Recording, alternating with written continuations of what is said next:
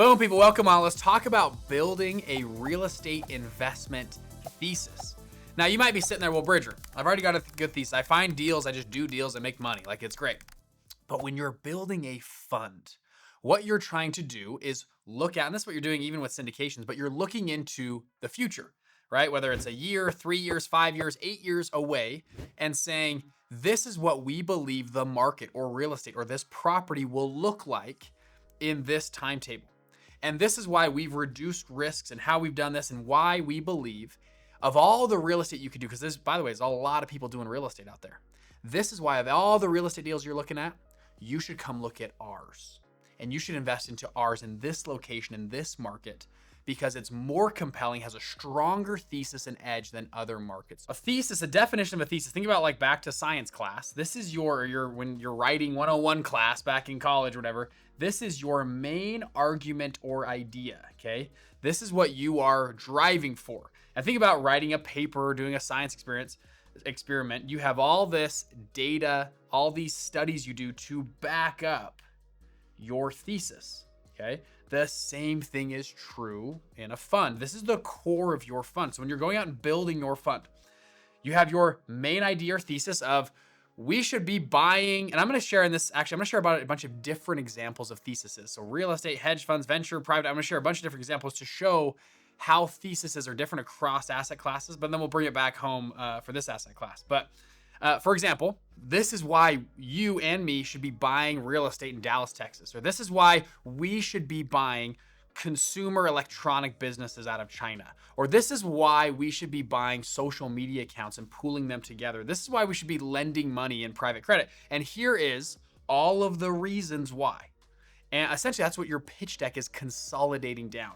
And here's the team to capitalize on it. And we'll talk about edge and risk control return in a second.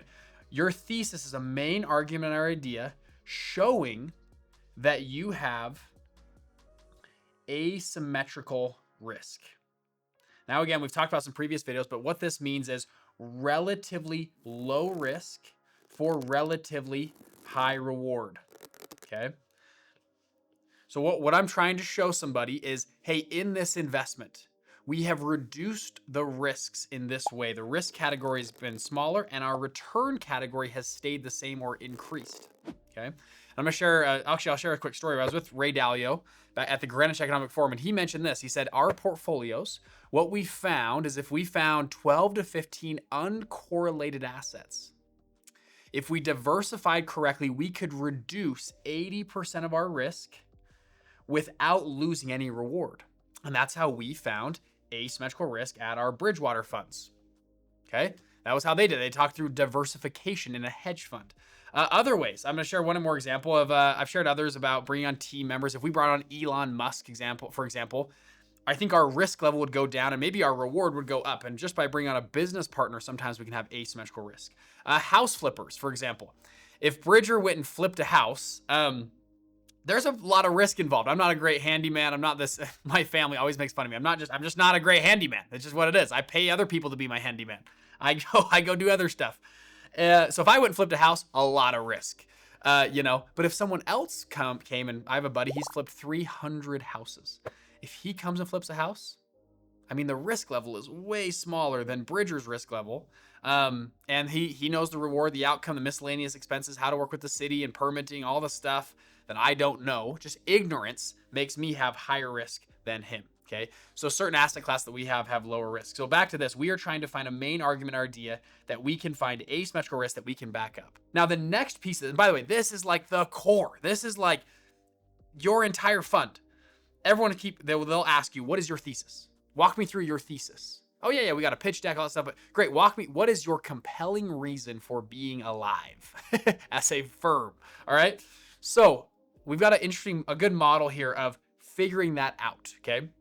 And this is called risk control return, all right? This is how you can drive asymmetrical risk. All right, so in risk control return, you may have seen this before, but we'll go through it again because I think it's that useful. This is something, by the way, you will continue to revisit as you build your fund. This is not something you just do once and then you take off. Every quarter, you should be meeting with your team and talking through risk control return in your fund. What we're trying to do again for asymmetrical risk is have relatively low risks for high return.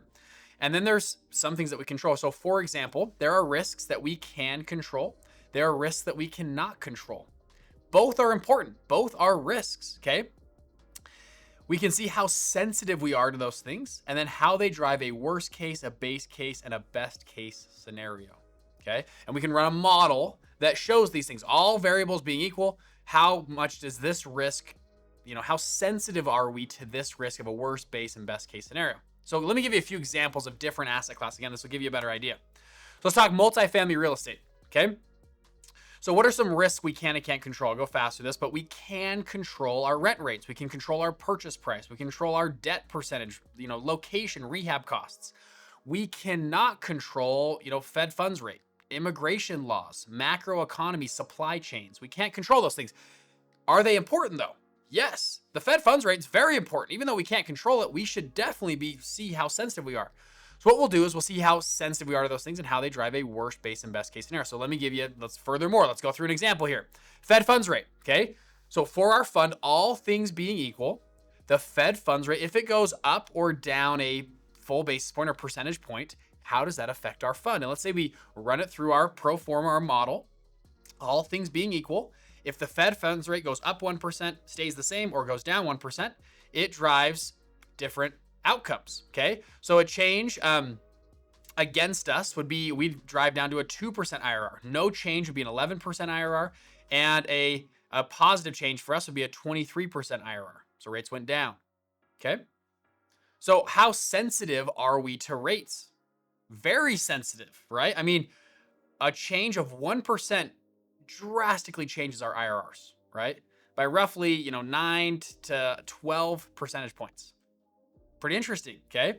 Let's do another one on multifamily. So, for example, rehab costs, okay? So if rehab costs go up 5% or down 5%, how does that drive an outcome for us? And we'd run through our model and we show a worst case, best case, and base case scenario. So let's say, for example, if rehab costs go up, no change would be 11%. If they go up 5%, we'd be down to 10% IRR. And if they decrease, we save money on rehab costs, we're at a 12% IRR. Also, you might go through this process, by the way, risk control, return, edge, and you might figure out your idea isn't that great. Sorry, I said it. It's tough love, but you might go through this and go, crap, I don't have asymmetrical risk. I actually have high risk and low return. Don't just fall in love with the deal. Many of us, we just love our deals. We love our idea. We can't do any wrong, and everyone else is idiots. There are plenty of opportunities out there. There's plenty more deals and other stuff coming around, like there's tons of stuff to do. Start from first principles, have a strong conversation with yourself to really see if you have a risk control return. If you do, let's go ahead. If you don't, that's okay. Let's go back to the drawing board. Let's tweak it. Let's figure out something else that we can do to make something really, really high quality. Because once you get something incredibly high quality with relatively low risk to high return, you're off to the races. And that's where you can do incredible things running a fund. So when we look at this, we're somewhat sensitive, but really not crazy sensitive to rehab costs. It's good to know, okay? So and then we go back and are there risks? That's when we can control. Can we control this or mitigate this better? Does that make sense? So number one, understanding it, and then how can we reduce our risks with keeping our return the same? This will give you this, as you go through this exercise, it'll give you and paint you a good picture. Let's go to a different example, hedge funds, okay?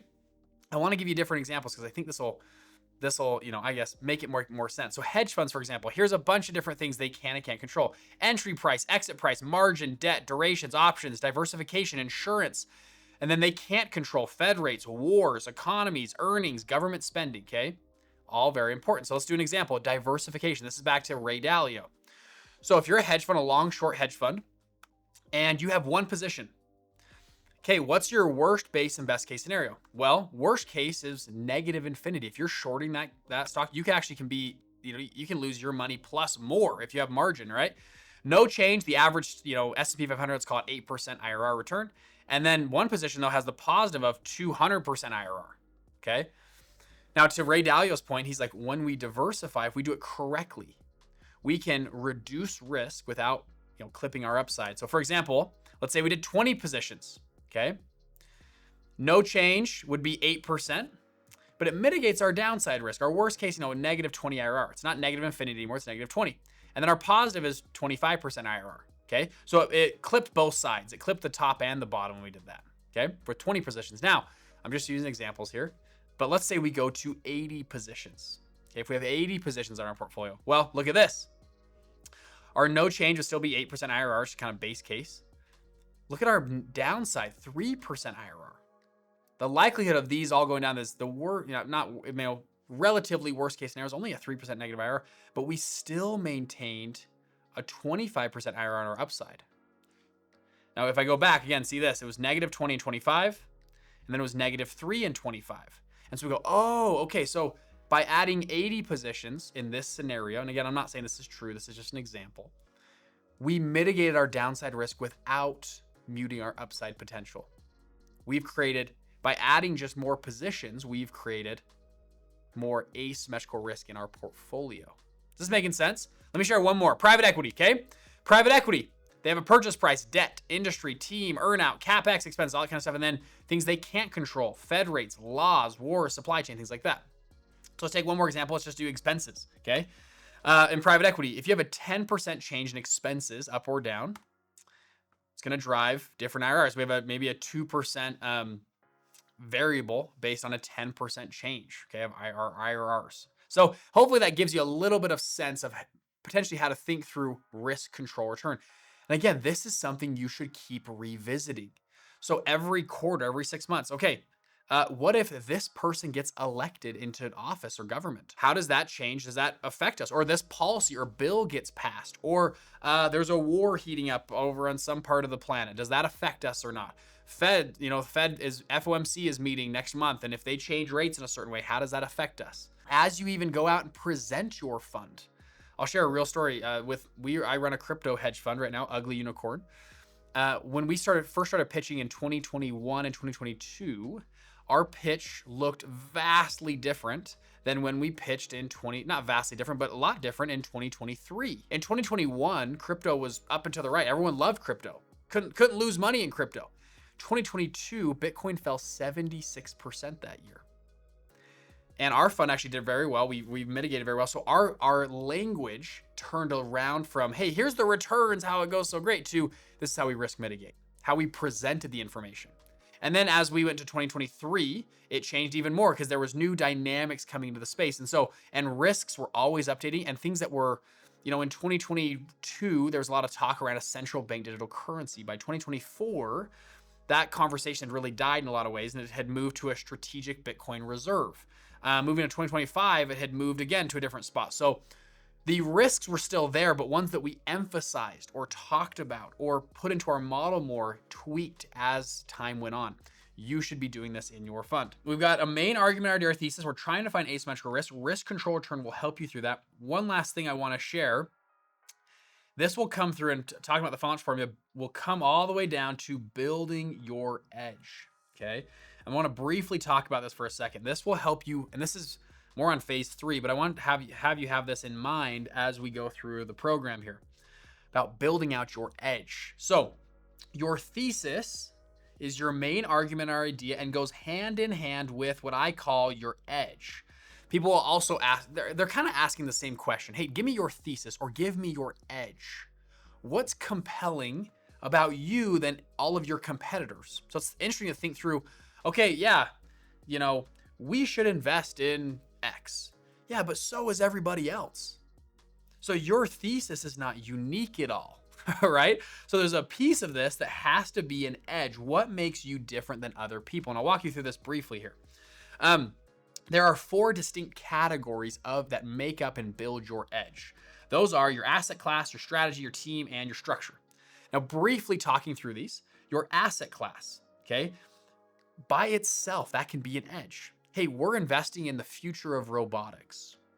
There's not very many firms doing that. For whatever reason, we have an edge, or quantum computing, or whatever new cool technology is coming out. That might be, by itself, just a compelling asset class. Primarily, though, once you figure out that asset class, there also will be sometimes competitors. You then move to your strategy, okay? This will go hand in hand with risk control return, okay? And this will probably end up being the biggest piece of your edge. We'll talk about that in a second. After your strategy, it's like, okay, well, show me the team that's working on that strategy. And that can or cannot be an edge. Now, many people in this group, or maybe this is your first time fund, this might be a little smaller. but still can be important. And the reason I put it on here, you can strengthen your edge by building out a great team. For example, if you told me, hey, Ken Griffin, Elon Musk, and Jeff Bezos are all doing a fund together, do you want to be involved? It's like, yes. I don't care what the strategy is or asset class, like Ken Griffin's doing it, and like, yeah, I'm in, just because the team is so compelling, okay? And then finally, structure. This is how you pay back investors. Can sometimes be favorable or not favorable on your edge. And I'll share let me share some examples here. So if I zoom in, this is what you are competing against in just general, okay? And this, I put multifamily real estate here, but it could be, whatever asset class you're in. For asset classes, okay, here's your asset class. Strategy, they've got, they're doing value add, 20 years of experience, 3 funds prior, and they're doing a 2% management fee, 8% pref, and 80-20 split. That's standard. So if you're doing this exact same thing, but it's your first fund, why would I invest with you versus all these other guys that are doing venture capital or private equity or hedge funds in this, okay? So let me show you how Ugly Unicorns and Fund Launch Partners looks. This is how we kind of look. So Ugly Unicorn and Fund Launch Partners both have compelling asset classes. Ugly Unicorn is a blockchain investment fund, which is unique. And Fund Launch Partners is GP stakes at a small level, very unique. Asset classes by themselves, very unique, and give us an edge. We believe we have pretty compelling strategies, and that's risk control return. This is how yours might look. Our team is good. I wouldn't say it's out of the park, ballpark crazy. It's fine, okay? And our structure is pretty standard, just 2 and 20, pretty standard structure. So nothing compelling about there, but nothing bad either, okay? That's how it looks for us. I'll scroll down one more, and I'm guessing yours might look kind of like that as well. My dad's first bridge loan fund, okay? They were doing hard money lending. Asset class wasn't very compelling, okay? It was just kind of normal. However, he had a very good strategy, and their team was okay, but they had a very compelling structure. Their structure was, I'll put my pen here, they paid investors a 16% pref, meaning investors got the first 16% of returns. They paid a 0% management fee, no management fee. And then above 16, I think they split 80-20. And then after 25, they then split 50-50. But it was very compelling to investors. Like, hey, we know we're a first-time fund. We're in a boring asset class. We have a pretty good strategy, but we don't make any money unless you make 16% first. You want in? They're like, yeah, that sounds awesome. That's what they used as their compelling edge, okay? So when you use these in tandem, again, you're building your edge and specifically your strategy under that edge of your risk control return. It can help you out quite a bit. Now for real estate opportunities specifically, let's dive down to the iPad here. Let's look. So real estate, a few different things you might want to track or look at. Pretty simple. IRR, so internal rate of return, or even just simple as rate of return. I actually like using those in my fund. Just what is the rate of return? Pretty simple. IRR brings in sometimes risk-free rates, other things like that. You can also use APY if you're more doing yielding producing strategies. You can use that as well. Another one would be cash on cash. So cash on cash would be how much cash has been distributed over the total amount of money that was that we made for the year. So what was the cash on cash return? You could also use, and these are a few metrics that are kind of defining your investment thesis when you're building that out, your equity multiple, okay? So how many distributions have you made with the total equity that you have? And so you'd say, hey, this fund, we target, it's a 7-year fund, to have a 3.7x equity multiple, or down below here, multiple on invested capital, MOIC. We plan to have, this is unrealized plus realized gains over the next 7 years. You're going to be paid back, 3.7x. So for example, if I put in $100,000, I would expect in 7 years to get back $370,000. Okay, that's what those kind of two things are driving towards. A little bit different, but driving towards a similar thing, okay? A couple other metrics that are good to drive down when you're doing risk control return to look at. Again, these are, I'm just giving you a few. Obviously, cap rate, net operating income, or the property value. These will be how you evaluate and sell and buy properties. You can drive that. What if cap rates move up or down in a certain asset class? You'll be looking at your occupancy rate and then obviously your debt service coverage ratio. So how much debt do you have? And sorry, I skipped over occupancy rate. How many people are living or using or leasing out your buildings? And then how much debt do you have? What's your debt service? So how much operating income do you have coming in? And how much debt do you need to pay? Okay, pretty standard metrics here. So now let's talk about definitions, I guess, and driving down to your edge. The asset class you're in is pretty standard real estate. Like everybody typically likes real estate. You don't have to sell people on real estate. Now, furthermore though, you could get a little bit deeper on that asset class and say, this is why we're targeting industrial in Wisconsin. This is why we're targeting core plus in Los Angeles, okay? For a certain reason. That might be a little bit more asset class driven and then driving into the strategy. This could also go with your market. So back up here. So, hey, we're targeting a primary market in Los Angeles, California. Or we're driving a secondary market in, and there's about, so it depends on definitions wise, but most, Google searches would tell you there's 6 to maybe 8 primary markets in the United States. Boston, New York, Los Angeles, okay, Chicago, that's a primary market. Secondary markets, Nashville, Tennessee, Salt Lake City, kind of some secondary city size. And then you have tertiary markets, which are outside of those. So we're in Lehigh, Utah right now. That's a tertiary market, okay? And there might be reasons why you should buy real estate in this small market that's whatever, in outskirts of Austin, Texas, okay? But market definition, I think, is crucial when talking about where you're at. And then getting into, okay, definitions here for your strategy. So our strategy revolves around, I'll use a different color here, core or core plus or value add or opportunistic, okay? Core would be, core is great locations. These are stable, high quality. This is downtown Los Angeles, like multifamily, that's core. Core plus would be, this is close, but probably needs a little bit more value add, okay? So yeah, we're in downtown LA, great spot of the city, it's awesome, but we need a little bit of value add to make this thing. That'd be more a core plus type of. And then you have value add, that'd be just, it can be any market, but you're just adding value. This is run down, and we're, and back to the classes here. We have class A, class B, class C, and you can even call some class D. Class A, or sometimes they'll call A plus or A minus, B plus, B minus, stuff like that. This would be your core. Hey, core is like A plus. Like these are like top tier, beautiful buildings in Las Vegas, whatever it is. B, that's kind of getting the value add space. Most of the time, value add's going to play kind of in this space, B and C class properties. We're going to try to buy a B minus and turn it into an A minus. Or we're buying a C plus and turning it into a B plus. Okay, that's kind of the idea of a value add. Core plus would be value add, but hey, we're taking an A minus and turning it into an A plus. Okay, that'd be the idea there. There's little definitions.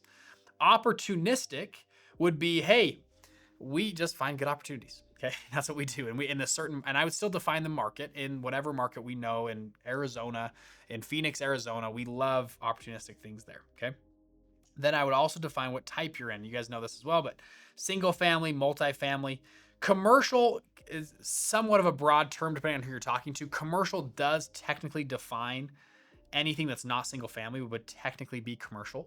But generally speaking, commercial is more like when people use like office. But underneath there, you have industrial, storage, other types of, and so I'd pick which one. Hey, we target. So to define things, hey, we're in the Nashville market. We do value add industrial. And I guess you could add down here like new build construction.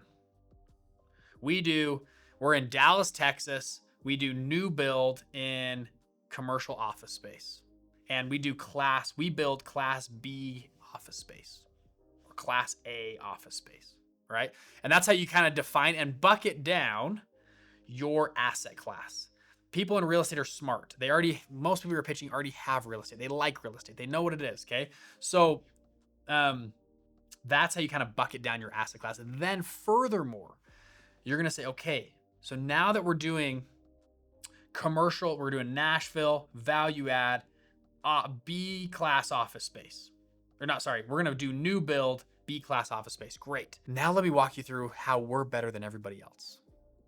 And that's the strategy. And let's dive into some strategy things here. So I guess I put it here, but strategy say, number one, we're going to build because in this market, there's just a huge demand for this type of product. Number one.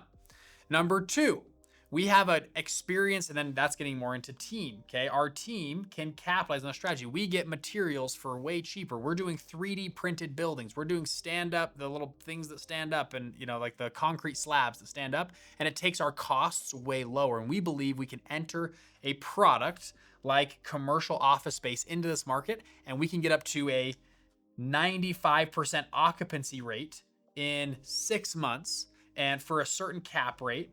And that will produce a cash on cash return to investors, or a rate of return, or a MOIC of X, or a 3.7X over 5 years. Now, the risks associated with this, and we'll walk through some of the risks. That's kind of how you, I think, would present your investment thesis on a real estate fund. We had a group in Finalize Partners, very opportunistic.